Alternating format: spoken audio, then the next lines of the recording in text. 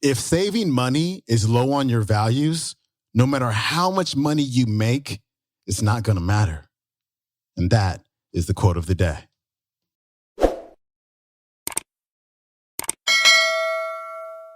Welcome back to the Quote of the Day show. I'm your host, Sean Croxton at SeanCroxton.com. Thanks for tuning in to our Finance Friday episode where we talk about all things money mindset. And today's featured speaker is Dr. John Demartini. And Dr. Demartini is talking about success and our ideas of what success is. And he's talking about our values and how sometimes we can see somebody who we define as successful. We can say we want success like that. We can say we want nice cars and we want a nice house, or, this person who we're looking at, they might have a job that we wish that we had.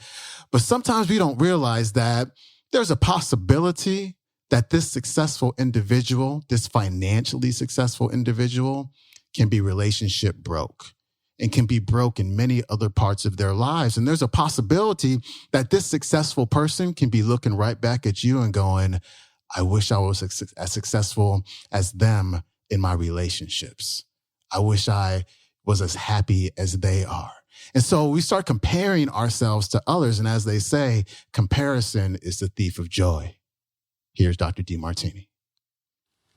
In the Breakthrough Experience, one of the programs that I do around the world, some of you have been to it, I give people a tool on how to ask questions that equilibrate the mind and dissolve the fear, like the fear of rejection. Let me go for a tangent here. I'm going to come back to finances here a second. And you might want to write these ideas down. There are 7 primary fears in life, just like there are 7 areas of power. And let me see if you can relate to these fears along the journey here as we go. Because all 7 of these can sabotage your willingness to manifest wealth. The first one is the fear and guilt associated with it, the fear of breaking some perceived authority's morals and ethics. The fear of breaking some perceived authority's morals and ethics. In other words, if you minimize yourself relative to somebody else that you empower and give power to them and authority to them, and they have a different set of values than you, if you give them power and authority, you tend to inject that influence on your life, and your own values are challenged by theirs, and you end up feeling guilty when you're not following theirs because you're following yours.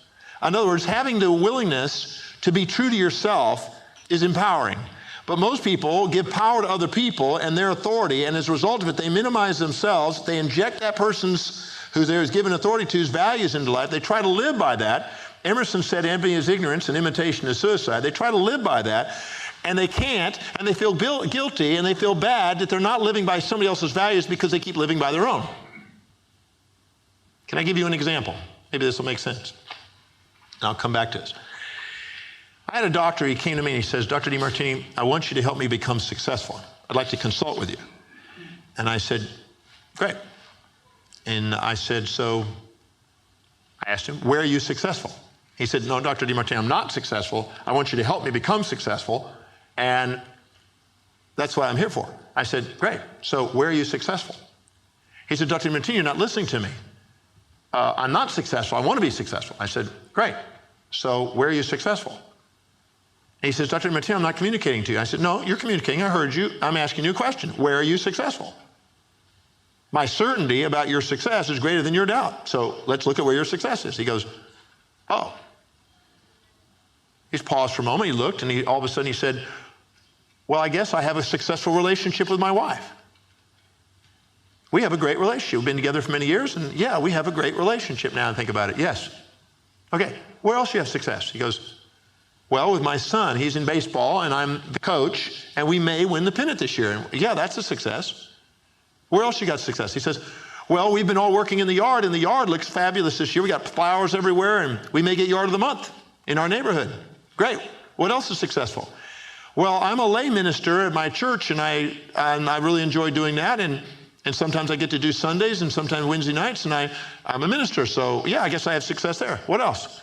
Well, I got my mother-in-law living at our home, and most people can't stand their mother-in-law, but we get along great, and I love having her there, and she helps us with the kids and everything else. and we have a great relationship. I said, okay, can you see you have success in those areas? He goes, well, yeah, now I do, but I don't have success in my business, my practice. And I said, okay, who are you comparing yourself to? He says, well, this other guy down the street, he's this successful doctor. And I said, so what is he doing? Well, he's seeing so many patients and he's making so much income and everything else. I said, how is his relationship with his wife? Yeah, well, they're having some challenges. And what about him and his son? They're having challenges too. He doesn't see his son that often. And what about church? I don't think he goes to church. And what about mother-in-law? No, they moved out of that state to get away from the mother-in-law. And what about these other areas that are important in your life that you're doing and succeeding at? He goes, well, that's not his priorities. I said, can you see that he has his success and his failures according to some values, and you have yours, and you just have a different set of values than his? He says, I'm beginning to. Now watch now. Here's a very important point. Sometimes we don't honor and appreciate our own set of values and honor where we're already successful and failure, if you want to call it that. And we compete ourselves or compare ourselves to somebody else, put them on a pedestal, give them authority, negate ourselves instead of acknowledge ourselves, our magnificence. We make ourselves insignificant instead of magnificent and miss out on our magnificence. So what I'm saying here is one of the biggest fears that block people is they're comparing their reality to somebody else's. And if it's not in line with their values, see, the truth is his higher values was his family and his children and his church. That was higher on his value list. He was successful according to his values. See, if all of a sudden your highest value is not building wealth and it's way down low, no matter how much money you go in, whatever's higher than that is where you're going to spend your money first. And if money is low on your values and saving money is low on your values, no matter how much money you make, it's not going to matter. Because you're going to keep spending it on the things that are above, and at the end, you're going to have more month at the end of your money than you are money at the end of your month. Maybe you understand what I'm saying here, because your values are dictating that. See, this man's values was not building a giant practice. His values was making sure he had a loving family. Now, he's just as successful as the other guy, but just according to his values. But if we give authority to somebody else and we try to live that, we automatically have the fear of not succeeding. And he was beating himself up. And that self-worth makes you altruistic and makes sure that you don't have wealth. That's part of the mechanism. It's unconscious. Can you picture what I'm saying? And that fear, most of us are running around without even realizing it, giving our powers away to people that we infatuate with unconsciously and interfering with our magnificent opportunities to develop wealth. And there's a tool and there's a way of dissolving that and understanding that and clarifying that. You don't have to be that way. But first you have to be cognizant that it's even there.